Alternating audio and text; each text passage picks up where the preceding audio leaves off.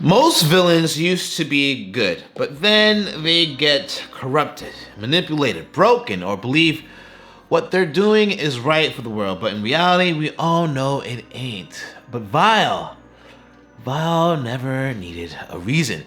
What's good, y'all? This is Cere'bror, and welcome back.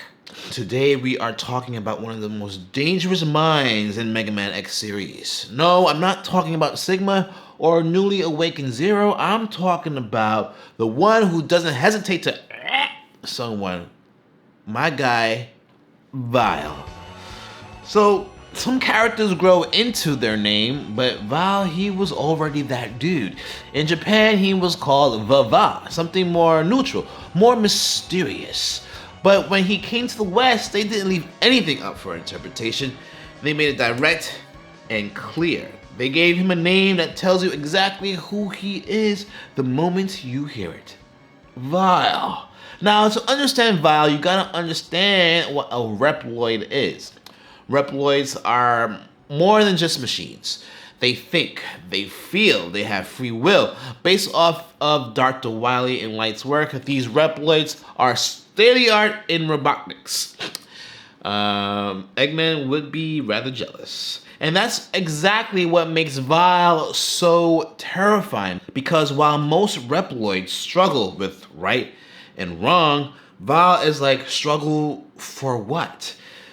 Now, in this world, there's a system in place to keep everything in order. That's where the Maverick Hunters come in. Now, Wily, he was an evil mad scientist, and he made this virus called Maverick, which was to infect reploids and make them, pretty much just go insane. And so this Maverick virus was released. It infected many reploids, causing them to basically go insane, making them aggressive and violent towards humans. The Maverick Hunters are basically reploids built for battle. They were created to protect the humans from this threat. Think of them as like a police force. Reploids designed to protect humans and stop other reploids that go rogue, that turn Maverick. So when a reploid loses control, they turn into a Maverick, and it's a hunter's job to put them down. But here's where it gets even more interesting. The Maverick Hunters were once led by a reploid named Sigma. Now, that same Sigma will go on to start a rebellion, and after being infected with the Maverick virus himself, the very system meant to protect the world ended up creating its greatest threat. And somewhere in that system, you have someone like Vile, a reploid built for combat and war. He wasn't infected by the virus as much as we know because he still have his mind, he still has his smarts, he's not unhinged. And so, but unlike the others, Vile didn't fall, he just chose to be on that side. He chose it. Some say something went wrong during Vile's creation, that maybe a chip malfunctioned or a wire got crossed somewhere. The truth is, nobody really knows. What we do know is this. Vile came into the world already not caring. He was willing to destroy Mavericks without hesitation. And he didn't care who got caught in the crossfire, innocent or otherwise. So when Sigma, the leader of the Maverick Hunters, went rogue, Vile was basically like, hell yeah, more fighting, more destruction, more chaos. I am in, baby. And Sigma was pretty much like, I didn't ask, but okay. Early in Mega Man X, you run into Vile. And this isn't your run-of-the-mill boss fight. You get your ass beat, like how Mama used to do when you bring home a bad report card. But Vile does more than open up a can of whoop ass on X. He breaks him, and this is like the first time I've ever seen a villain win in a video game. But he not only breaks him, but he locks him down, he immobilizes him like it's nothing. GG, too easy, get good. And then Zero steps in, having to save his companion once again. God damn it, X. The fact that the only way to save X is to sacrifice himself goes to show you how dangerous Vile is. Now, here's when things get even deeper. Vile always seemed to hate X for some reason. Since they both were Maverick Hunters, I'm sure they must of course pass on missions from time to time. And the wild part is, X never did anything to Val. He minded his own business, stayed in his lane, and Val couldn't stand him for that. But I think the real reason why Val hated X so much was because of what actually X represented. That's what really got Val's bolts in a twist. See, X has power. Real power. Real mother-tucking power. The kind of power that could end fights instantly. But X, he's a good guy, and he holds back. He hesitates. He questions himself all the time. He chooses not to destroy everything in front of him. And to Val, that is some weak-ass lame BS. Because Val lives by a different rule. If you have power, you use it. Hesitation, guilt, limits, that's all for the birds. That's why when Val fights X for the first time, he pulls up in his ride armor. He starts at 1,000%. A full mech suit stacked up top of his already insane power. Val not only wants to win by any means necessary, he wants to dominate and completely destroy his opponents. While X only needs to rely on his own body, abilities, and strength, Val needs different tools and traps to complete his mission, which secretly probably pisses him off. Inside the armor feels like he's untouchable. He's hidden, he's protected, and in full control. The risks are minimal, and all exposure to weakness are extremely hard to find. And on top of that, Val is an ace rider pilot, able to pull off attacks and tricks Zero and X can only dream of. But besides being physical armor, it's also psychological as well.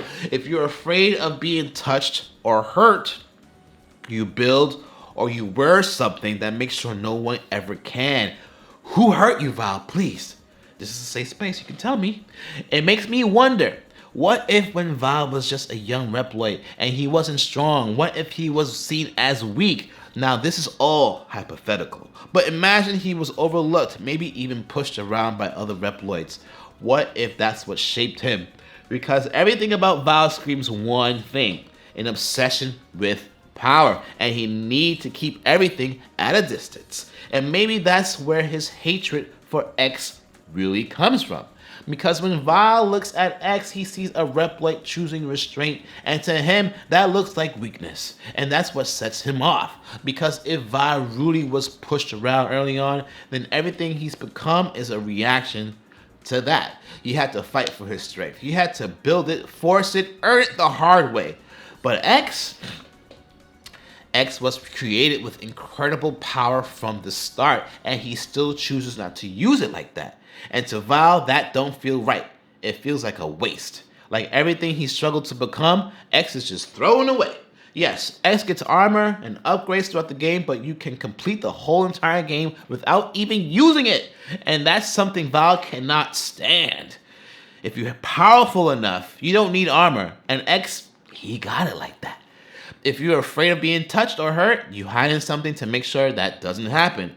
That's what Val does. So when he looks at X, he's not seeing a hero, he's seeing something that deeper down, he wish he could be. X is proof that power cannot be controlled, and it has to come from within. And that's something Val also refuses to accept, because if X is right, then everything Val believes falls apart. So instead of changing, Val tries to destroy the idea, destroy X to prove that his way is the strongest and the best way to deal with things. Now let's break Val down even more. His primary programming at his core, Val is driven by one thing, power, right? Not just having that power, but proving it. Proving that he's worthy to wield it and prove it that he can use it. If he really did come from a place of being overlooked or looked down on, then his instincts makes perfect sense.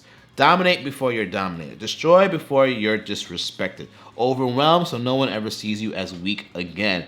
Aggression isn't the only thing his id has to offer. It's also about survival and just being good. Staying, normal. His emotions. This is the scary part though. His ego.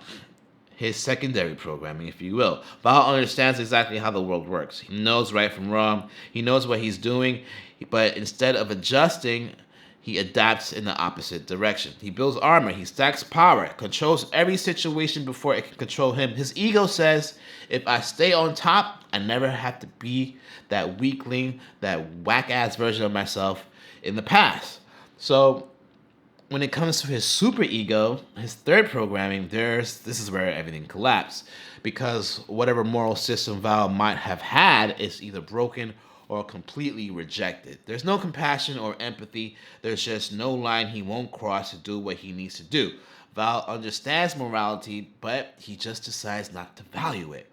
And that's what makes him crazy. Val is what happens when someone decides, I'd rather be feared than ever be weak again.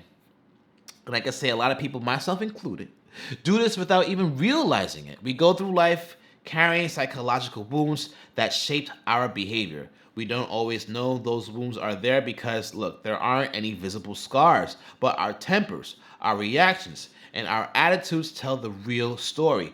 And there's no band-aid or magic potion to heal those kind of scars. It takes work, it takes time, it takes intentionally reprogramming the mind through therapy, self-awareness, and surrounding yourself with good people.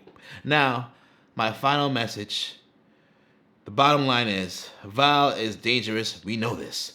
Even without his right armor, he can still kick some can. If anything, Val must be the truest form of a Maverick. His programming must have had a lot of code that went together to form a Maverick personality.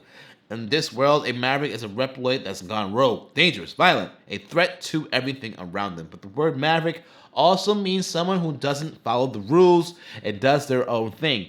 And that's Val's to the core.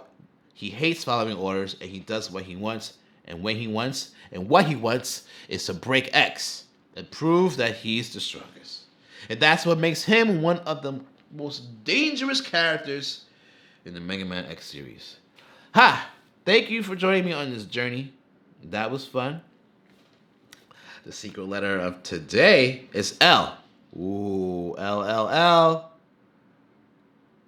Loving an L. So that's the secret letter of the L for the game. If you can guess the phrase, it's just two words. As a surprise, there's a gift waiting for you. So thanks for tuning in. Thanks for watching this breakdown, and stay tuned for more. And let me know if you have any recommendations. But otherwise, ta-ta for now, and happy April or May whenever I release this. All right, bye.